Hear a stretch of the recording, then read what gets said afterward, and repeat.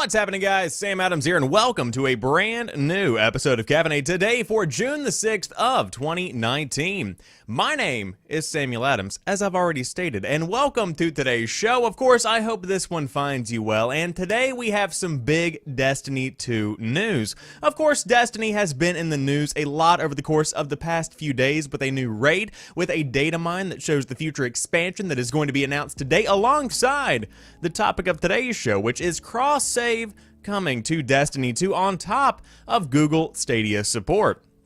It's a big day for Destiny fans. But in addition to that, we have news about Pokemon Sword and Shield. We have news about Metro Exodus coming to the Windows Store. People Can Fly has opened a brand new studio. Borderlands 2's DLC that is going to be linking the game to Borderlands 3 has been leaked via Steam.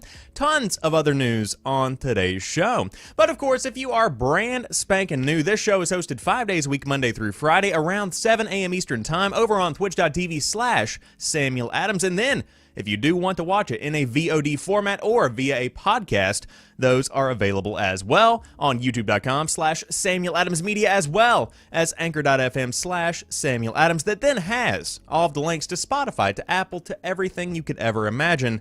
It's a really good service that I am very fond of. But with that being said, we have a lot to break down today, so without further ado, let's just go ahead and dive into today's top stories. First off, Destiny 2 is coming to Google Stadia and getting cross-save according to some pretty significant sources. You will soon be able to transfer your Destiny 2 progress between multiple platforms, Xbox, PC, and the streaming service Google Stadia, on which the popular loot shooter will launch this fall. PlayStation 4, however, remains up in the air. Right now, switching from console to PC for Destiny 2 means starting from scratch, as there is no way to transfer your characters or progress. But this morning, data miners discovered an image with cross-save on it, getting fans' hopes up that Bungie's online shooter will allow players to move characters across platforms soon. It's true, and it will be announced tomorrow during a Bungie livestream at 1 p.m. Eastern Time, and of course now tomorrow, that's today, June the 6th of 2019. It's a big deal, and of course, Jason Schreier is the source confirming the sources that I'm sourcing. Anyways, we have heard all of this from 4 people familiar with Bungie's plans, 2 of whom confirmed that Bungie will announce cross-save today during its Destiny 2 livestream.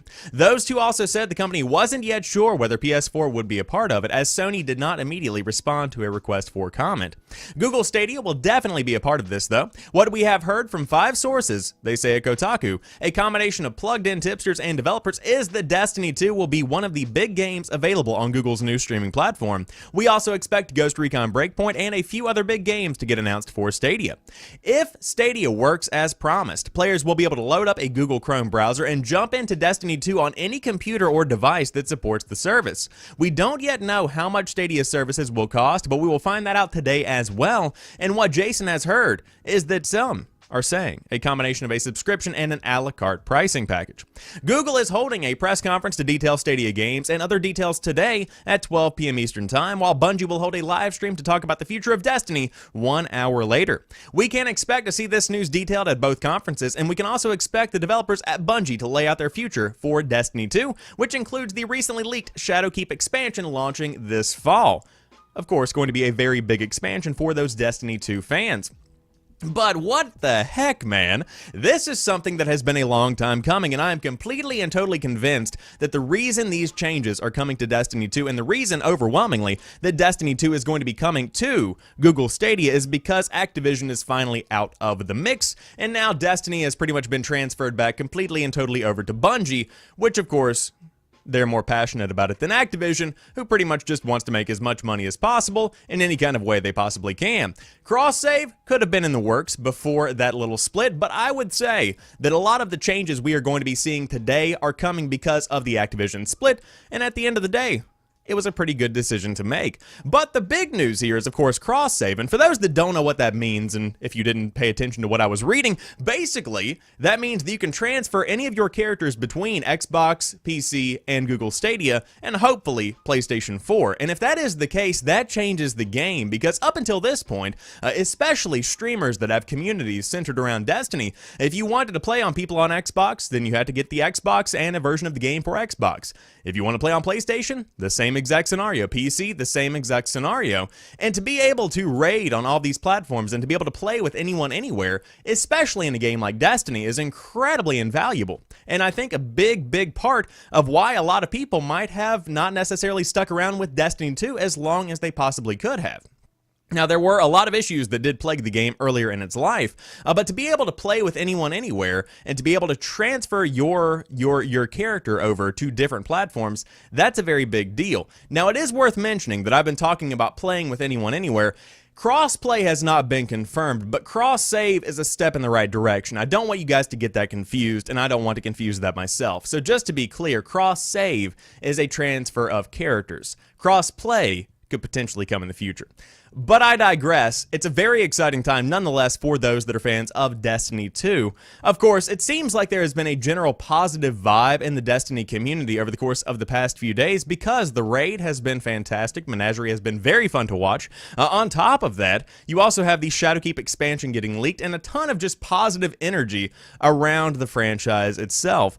And it's very exciting to see that more and more announcements are going to be coming today.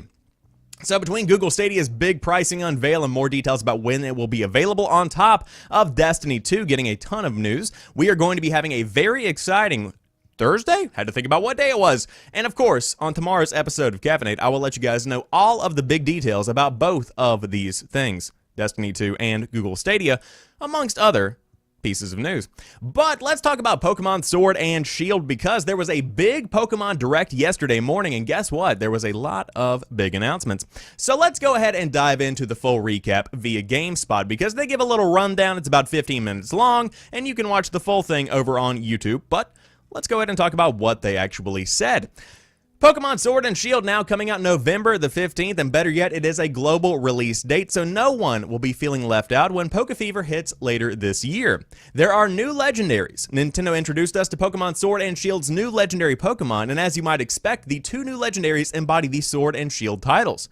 Zamazenta is having a shield-like design, and Zacian holding a sword-like item in its mouth. New characters and story details have been revealed. We have the news. The Pokemon Sword and Shield story and characters were a key focus of the Direct event. We got to meet the Galar region's Pokemon Professor, your rival, and the champion, and we learned that those giant stadiums we saw previously are Pokemon gyms. New Gen 8 Pokemon have been revealed, and naturally, we got to look at some of the new little monsters, and of course, a variety of returning favorites from past generations. Again, if you want a deep dive, I would highly encourage you to check out the full reveal. Dynamax is a new feature. This is an option you can activate once per battle to grow your Pokemon to an incredible size, allowing them to utilize more powerful versions of their abilities. And of course, raid battles are also going to be included with these new games. These pit 4 trainers against a single enemy that will be Dynamaxed for the entire fight. And again, Dynamax, big Pokemon boy, and you have to fight a Pokemon that is more powerful. Defeat it and you will have the chance to catch it. Your fellow trainers can be actual players, but if you don't have a group of 4, don't worry, artificial intelligence will fill in as needed. A smartphone Pokedex has also been included in the game. Doesn't necessarily change the gameplay, but it's just a different aesthetic design of the in-game Pokedex. And on top of that, random encounters. Last year's Pokemon games for Switch, Let's Go Eevee and Pikachu, did away with random encounters in favor of a system where you could see wild Pokemon roaming in the wild. Those have been expected to return in Sword and Shield, but based on today's presentation, it looks as if random encounters are completely and totally gone. But I feel like this article leaves out one of the biggest parts of the gameplay itself, and that's the fact that it's very much so an open world. And of course, we knew that was going to be the case, but when you see it in action, it totally changes the way that I see Pokemon. Of course, I've never been a big fan. I've never played any of the games for more than a couple of hours at the time, and that's just seldom from year to year. I just don't get into Pokemon. It's just not my thing. Even that being said, checking out the gameplay from this Direct, it's amazing. I mean, it truly looks like an open world Pokemon game. It's almost like Pokemon Breath of the Wild. It blew my mind whenever I saw that gameplay because it truly is something that even as somebody who doesn't necessarily like Pokemon, that I would be marginally interested in playing. And that's a lot to get me to be at that point. And so I think that is pretty much going to be the turning point for a lot of people, because even for somebody like myself that doesn't necessarily care that much about Pokemon, I'm still at least interested in seeing what this game brings to the table, and that's what's going to push this game over the edge. I would say that this is going to be the best-selling generation of Pokemon games to date. without a doubt, because it is just doing something completely and totally different that has never been done before, but it also mixes in enough of that nostalgia, enough of that classic kind of vibe. There's a lot going on here that is very much so positive and something that I'm very excited to see. But as Domino says in the chat, got to change with the times. Absolutely. If you continue to regurgitate the same thing over and over again, people are going to get tired of Pokemon, and I think that's kind of where a lot of people were getting, is it just becomes something that's very, very repetitive. We saw it with Call of Duty. We're beginning to see it with Battlefield, although both franchises are changing things up. But to be able to bring something new to the game, that is what the big game changer is. However, if you do want to pick up Pokemon Sword or Pokemon Shield or both, for some reason, you can pick them up on November the 15th of 2019. A lot of games coming out in November. A lot. Of course, that's how it always is, but man, a lot. Anyways, let's talk about a game coming out this week, and technically that came out a couple of months back, and then technically coming out again later on. Oh man, Metro Exodus will hit Windows Store this week according to a new listing. The Epic Games Store exclusivity appears to be flouted.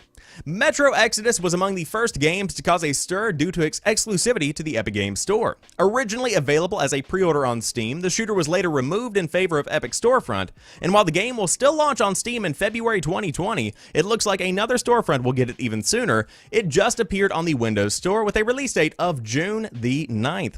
It's interesting timing. Microsoft has confirmed its Xbox Game Pass subscription service will launch on PC, and the release date for Metro Exodus perfectly aligns with the date of the Microsoft's E3 2019 press conference. We do not yet know when Game Pass will launch for PC, but in the event that it launches during that press conference, it is not too big a leap to expect that Exodus will be one of the featured titles. Whatever the case, they will let you know for sure at PC Gamer, which are the people reporting on this, and the press conference, of course, happening on Sunday.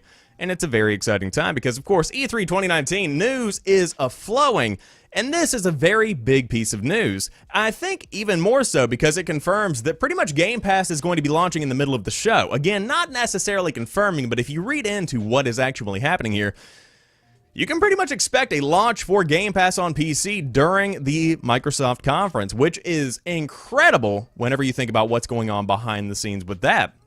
But if Metro Exodus is included, what else is included? Of course, that's a very, very big game, one of the biggest games of the past 365 days or so, and that's a really, really big get for Xbox Game Pass on PC, and I think it kind of paints a picture for the future of Game Pass. I think it paints a picture of what you can expect from the PC version.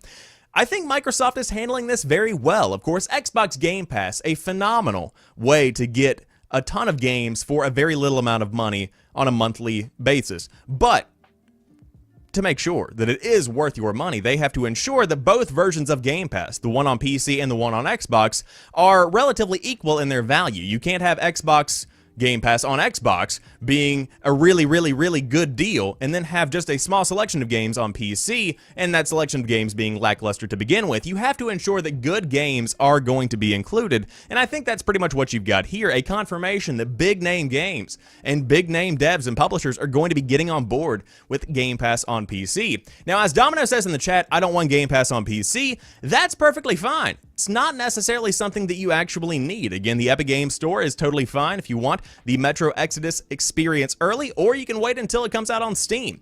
Again, that's the beauty of Game Pass, is that you don't necessarily have to subscribe. You can always just get the game if you just want the single game. But still, the amount of value you get from Game Pass on a month-to-month basis, and on top of that, other gaming subscription services, depending on what your interests are, that is hard to outdo. I mean, truly, there are some really good values in these new subscription services. Again, they're not for everyone. I totally understand it. Some people's finances are different. Some people don't have the desire to have a plethora of games to play and would rather invest that amount of money in one specific game. I get that. I feel that. That's totally good. But at the same time, it's a pretty cool opportunity to get in on some really good games for a really good price.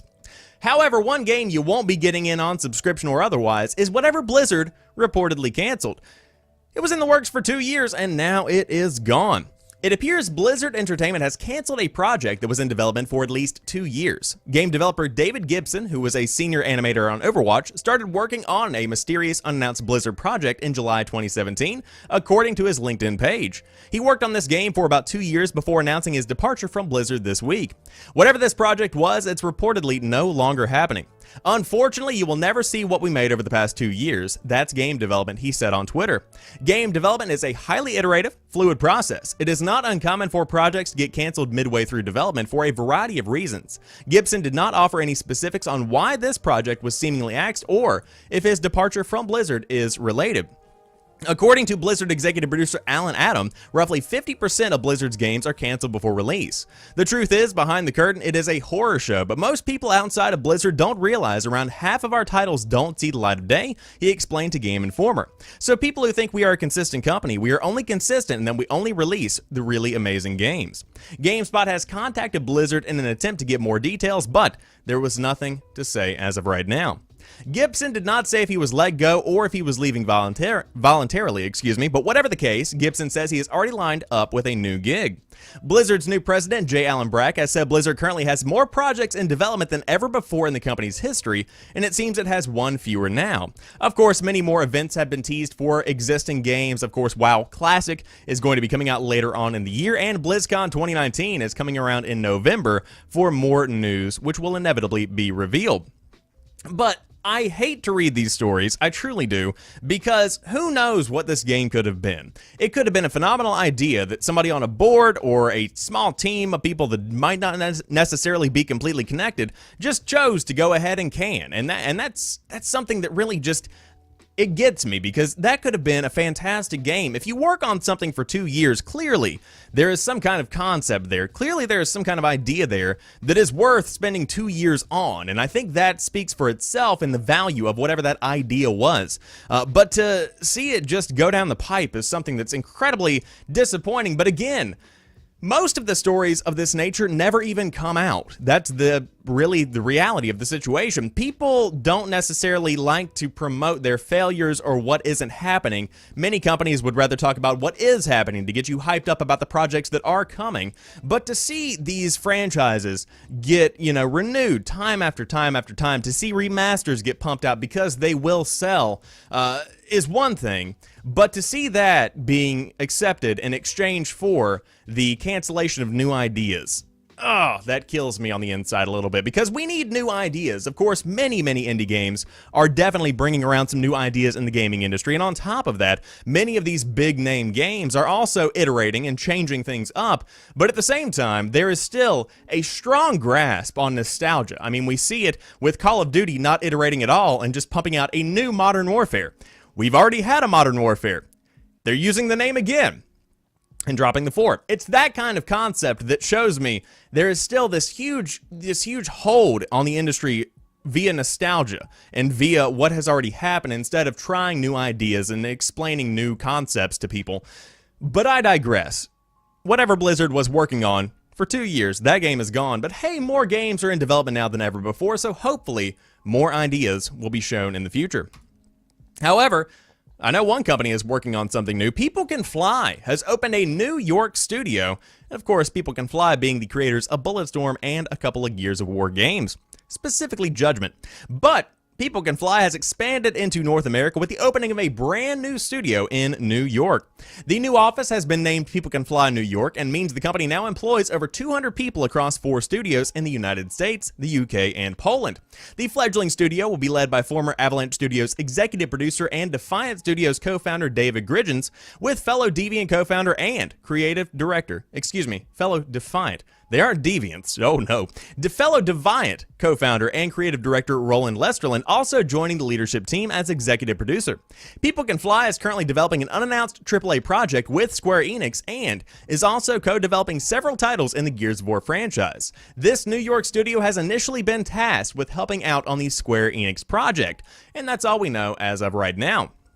But big news, because People Can Fly makes some pretty impressive stuff. Of course, the first time that I heard of People Can Fly was in Bulletstorm, because that game was one of the hidden gems of the PlayStation 3, Xbox 360 generation, and to see it getting a new coat of paint with the newer edition that came out a couple of years back is something that I was very happy to see. At the same time, excited to see where they are going with Square Enix. Incredibly talented people over there behind the scenes, and to see them working with Square is a pretty cool idea. But on top of that, Gears of War. I'm listening. I'm interested. I know the New York studio is not working on that, but very much so. Judgment wasn't a bad game. It was a fine game, in my opinion. But we will see what People Can Fly are working on. But I did want to let you guys know a brand new studio has opened up in the New York region. But of course, that's going to be a while before that game comes out. However, Borderlands 3 is coming out this year, and a Borderlands 2 DLC has been leaked and all but confirmed to link the games together. Commander Lilith and the Fight for Sanctuary will apparently be a free DLC. Borderlands 2 is getting a new piece of free downloadable content that will act as a narrative bridge to Borderlands 3, according to leaked info and screenshots posted to Steam.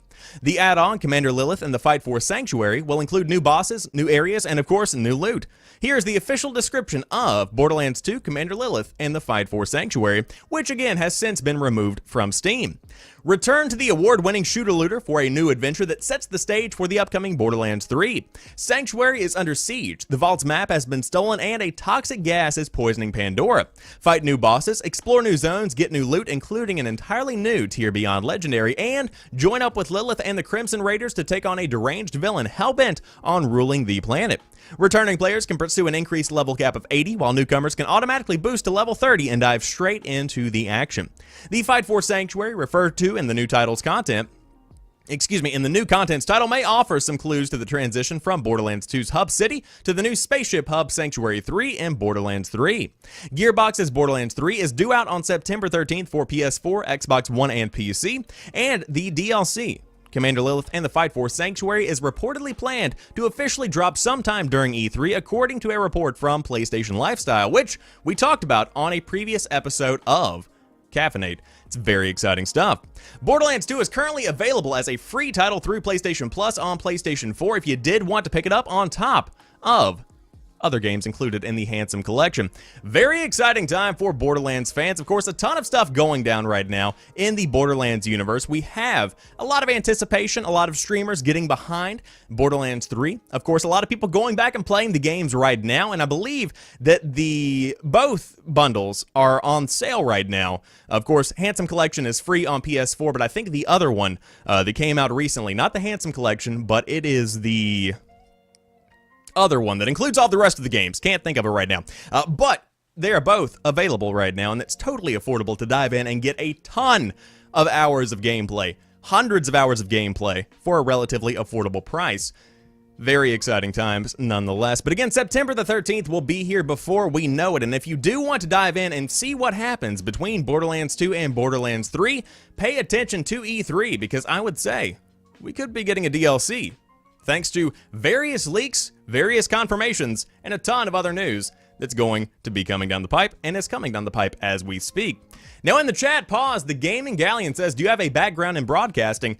Not necessarily, outside of Twitch, but here we are. I'm okay at it. Moving on to the next topic of the day, Uncharted and The Last of Us PS3 multiplayer is going offline for good. Naughty Dog is beginning its bittersweet goodbyes to the PS3. On Tuesday, September the 23rd, 2019, at 5 p.m. Pacific Time, the multiplayer servers for Uncharted 2 Among Thieves, Uncharted 3 Drake's Deception, The Last of Us, and The Last of Us Left Behind are going offline for good on the console. Thankfully, Naughty Dog is giving the PS3 multiplayer a respectable send-off by making all of the DLC for the games free until the official shutdown. The free multiplayer DLC bundles are currently up for grabs on the PlayStation Store. And I can confirm, they are all phenomenal. Absolutely adore the multiplayer, specifically of Uncharted 2, but Uncharted 3 is also pretty good, and The Last of Us, much more difficult and grueling, but still a good time.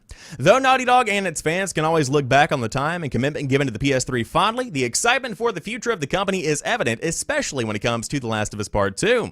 Despite Sony announcing its absence at this year's E3, Naughty Dog is still hard at work on the highly anticipated game's production, which, as we've been talking about on previous episodes, is wrapping up as we speak.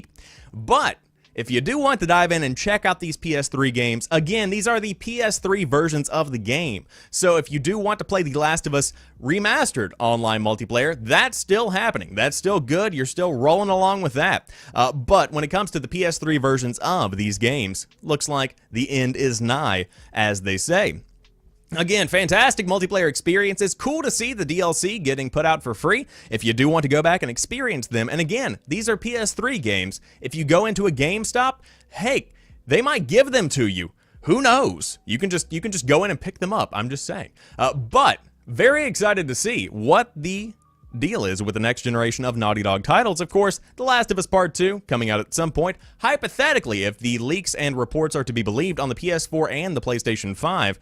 But we don't want to speculate too much. It's going to be a good time nonetheless. However, let's talk about Apex Legends because, of course, the game is getting a ton of new content announced at EA Play this coming week, which has been confirmed. But at the same time, let's talk about the ESPN series that is going to be covering the esports side of the game and other games coming down the pipe. ESPN is about to expand its fledgling esports strategy in a very noticeable way. The broadcaster has launched an XP esports series that will bring competitive gaming to its events. They'll typically include a variety of games with collegiate, pro, and pro-am formats. You will have to watch online if you want to tune in live, but there will be a tape-delayed highlight show on ESPN and other ABC TV channels after the fact. You'll see XP start quickly. The first event will be a Pro-Am Apex Legends exhibition during the week of the ESPYs around July the 11th, while an invitational Apex tourney will take place at the X Games Minneapolis between August 1st and August the 4th. Gamers will have a chance to win a playing berth. What is that? At the ESPYs event by making donations through eBay between June 12th and June the 22nd. ESPN certainly isn't new to hosting esports tourneys at its events, but the series represents an added level of commitment. It wants to make digital competition a staple at its esports galas and not just special exhibitions. Although this won't suddenly put esports on par with conventional sports in ESPN's world, it's now treated as less of a novelty. Is it though? Let's talk about that because this is something that has been on the minds of many lately. It's something that we do need to talk about because esports is becoming a big part of the gaming industry. Maybe not as big as some people think, and I want to make my thoughts on that very clear. Esports has been growing by leaps and bounds over the course of the past 5 years or so. Where it was then compared to where it was today, they're two completely and totally different entities when it really comes down to it. At the same time, however, people don't respect esports yet. I'm sorry, they just don't. When it comes to the ESPN page on Facebook, for instance, or the ESPN page on Twitter, if there is any kind of broadcasted coverage of an esports event, the fan base of ESPN, the fan base of any kind of sports coverage, is always going to be dogging on esports itself. Some people are accepting of it. Overwhelmingly, people just don't like it. On top of that, there's a lot of investment money being thrown around as it stands today, and although the investment money is nice, investment money doesn't necessarily show that it's going to be a successful venture in the long run. Whenever you're seeing a lot of broadcasted coverage on Twitch, there are a lot of people watching online, but when you're looking at the actual events themselves, might not necessarily be as packed out as they look. Again, some events are totally packed out, but a lot of the events may or may not be. The esports issue that the industry faces today is making it something that a ton of people want to get behind, that novice players can watch, that maybe even fans of other sports can get into and get interested in. But overwhelmingly, I am interested to see what the future of esports does hold and what the ratings are going to be online versus on television. Because as Domino says in the chat, what's TV? There's a ton of newcomers to video gaming and on top of that to sports coverage that don't even watch television.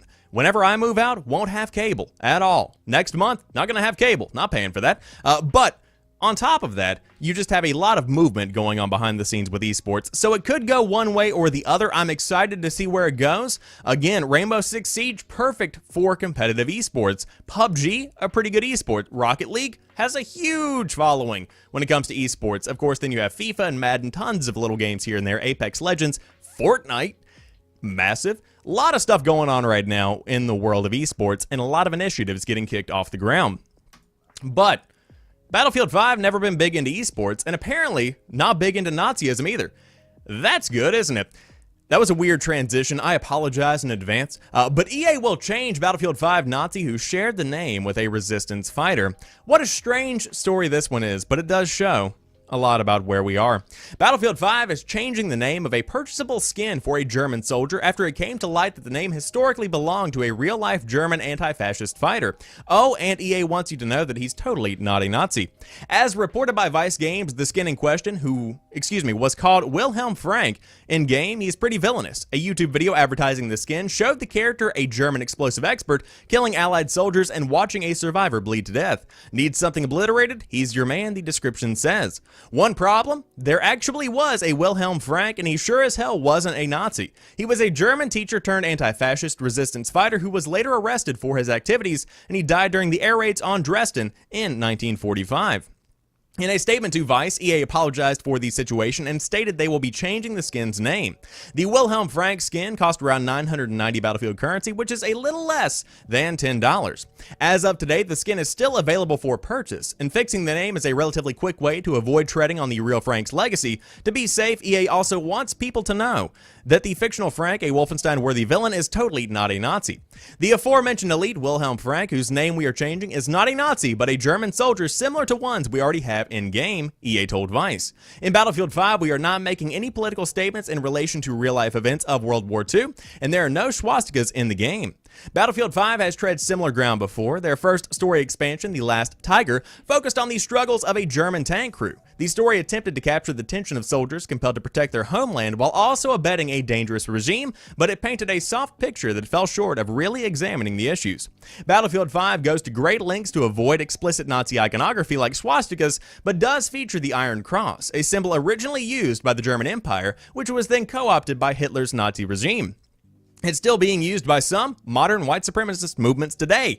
That's a big oof on my book. But EA's statement arguably plays into rhetoric used to whitewash German atrocities during World War II. And again, the story does go on. But at the end of the day, they are changing the name, which I think is a pretty good move whenever you're talking about this specific situation. But I do want to say, this is what you get whenever you try to take the politics out of a game set in World War II. Literally, this is a World War II game. The setting is World War II. The locations, totally centered around World War II.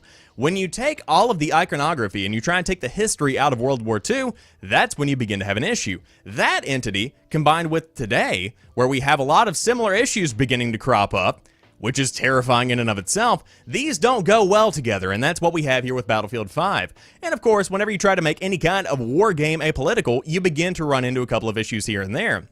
It's just like Ubisoft saying that they want to make all of their games apolitical as well. Then we have Watch Dogs Legion coming out, which reportedly is set in a post-Brexit London, where technology has taken up... Everything's political. The entire world is political. Politics is a part of society. You can't escape it, especially when you build worlds in video games that are at least in part based on real life. You just can't get away from it, and to try and run from it just inevitably creates problems like the one that we have here today. But I digress. To keep everybody happy, Battlefield 5 is changing the name of this skin, which again, do you have to buy it? Absolutely not. I have never purchased one of these skins, even though they do look cool. But at the same time, it's an interesting story to talk about today. However, if you do want to dive in, there's a ton of new content coming to Battlefield 5, and I do want to say the game is not nearly as bad or as poorly developed or as in shambles as people make it out to be. A very fun game as it stands today. Battlefield 5 players are getting 4 new maps starting June the 27th, and the Pacific Theater has been teased. DICE is bringing 4 new maps to Battlefield 5 with Chapter 4 Defying the Odds starting on June the 27th. The new content for BF5 will kick off with 2 large 64-player maps. The first coming at the start of Chapter 4 is the Al Sundan map, which focuses on large distances and vehicle-based gameplay. This map is based on the single-player war story in-game Under No Flag. The Merida map comes next in July, bringing the second of 2 Greece maps. Merida is situated on a mountainside with cobblestone roads overlooking a river, and it's an infantry-focused, last stand experience. Later in August, 2 additional maps tailored for infantry combat will be released. Here, you will destroy an explosives production factory in Lofoten Islands, I believe I said that correctly, and unseat the Axis occupation in Province. And then in October, between Chapter 4 and Chapter 5, you can expect Operation Underground. The map was inspired by Operation Metro, perhaps one of the best maps in Battlefield history. Of course, for those that don't know, Operation Metro, let me riff on that for a minute. Operation Metro is essentially like, hey, what if we made a giant tube and just funneled two teams into it and just made them just go at each other. And I hope very sincerely that they bring back the front lines mode for that specific map, because that would just be mind-blowing. And of course, that was for the Battlefield 5 fans. You'll know what I'm talking about. Frontline, it was nuts. But here, you will face man-to-man combat across courtyards, urban streets, the plaza, service tunnels, train platforms, and more. And of course, in the video, you also see a teaser for Chapter 5, which looks to take place in the Pacific Theater, and that should be coming around October, maybe November. DICE will provide a deep dive into the upcoming content this Saturday, June the 8th, during the EA Play Battlefield 5 live stream at 10:30 a.m. Pacific Time, if you do want to dive in and check out the hottest Battlefield 5 news, on top of other stuff. Except for Anthem, because they're not talking about Anthem. Ouch. Anyways, Battlefield 5, a very cool game, one that you can definitely pick up for a relatively affordable price at this point. Again, tons of sales going on around E3. If you're looking to pick up a game that came out maybe late last year, early this year, now is the time to look into it, because it might be on sale. But Battlefield 5, again, no season pass, so all of this is going to be free. Very excited to see that continuing, and on top of that, to see Call of Duty pick up that business model as well. And I think it's helped the game overall, because I see a lot of people coming back and playing Battlefield 5 because, hey, they don't have to buy a map pack. They don't have to buy a season pass. You are good to go. You just dive in, download the update, and you've got new content there and waiting for you. On top of microtransactions, but I mean, hey, they're just cosmetics. Totally fine in my book. So if you do want to dive in, again, Battlefield 5 out on PS4, Xbox One, and PC, if you do want to check it out and give it a look. And again, as Domino says in the chat, EA Play coming up this Saturday, but no one's talking about Anthem. However, what you are talking about is SpongeBob SquarePants Battle for Bikini Bottom getting a remaster. It's been rehydrated, and yes, that is actually the name of the game. I cannot believe this. I literally tweeted, I said, you've got to be kidding me, because I never would have expected this game to get a remaster. But hey, that's the beauty of THQ Nordic. The company blows my mind. In news you probably didn't expect, THQ Nordic announced via Twitter today that it's remastering 3D platformer SpongeBob SquarePants Battle for Bikini Bottom. The game, which has you defending Bikini Bottom from an onslaught of robots, originally launched on PS2, Xbox, and GameCube in 2003 and became a fan favorite, winning a 2004 Kids' Choice Award. The tweet, which you can read below, reveals the remaster, appropriately called Rehydrated, is coming to consoles, PS4, Xbox One, and Switch, as well as the PC. The tweet reads as follows: who lives in a pineapple under the sea but isn't coming to E3? I love it! SpongeBob coming to PC and consoles. Nickelodeon, Purple Lamp, and THQ Nordic are happy to announce SpongeBob SquarePants Battle for Bikini Bottom Rehydrated, and again, coming very soon. That was genius. And again, the tweet before this said, "Are you ready, kids?" And it's like, ah, nice, cool. Marketing, man, it's crazy. Oddly enough, we recently played the game on replay if you do want to see how it holds up via the guys over there at Game Informer. But man, a slice of my childhood is coming back. That's absolutely mind-blowingly amazing. I played this game so much as a kid, and will I be buying it again? No, I'm not going to be buying this again. At the same time, though, just the fact that it exists, just the fact that it's actually happening, the fact that you have this as a reality. We are in the best timeline, and I think what this really does prove is the value of the SpongeBob IP, because number one, our entire generation, people between the ages of, I would say, 15, maybe, let's go up to 18. I would say beginning at 18 and going up to like 25, we are defined by what we saw in SpongeBob. The memes that go around, the language that has been developed, me hoi me noi, stuff like that. It's all because of this, and so there is value in that community for Battle for Bikini Bottom. But on top of that, there are a ton of kids today that have grown up on SpongeBob and still watch the show today. And so there's value there. People are going to see SpongeBob and pick it up for their kids that weren't born in 2003. Not even thought about in 2003. And so there's a ton of possibility for this game to be a very big seller. I think, actually, if I were to predict how it's going to sell, better than you would think. A lot of people are going to be picking this one up for both the nostalgia and also for kids that have never even heard of the game before, and it could pave the way for more games to be remastered in the future. But with that being said, exciting times for fans of Battle for Bikini Bottom. Again, Crazy that it's even happening. But with that being said, that rounds out today's top gaming news. Of course, if you are brand new to the show, this is hosted 5 days a week live on twitch.tv/Samuel Adams if you did want to watch live. But of course, the show is then taken down and put up on podcast services around the world, as well as on youtube.com/Samuel Adams Media if you did want to check out the VOD version.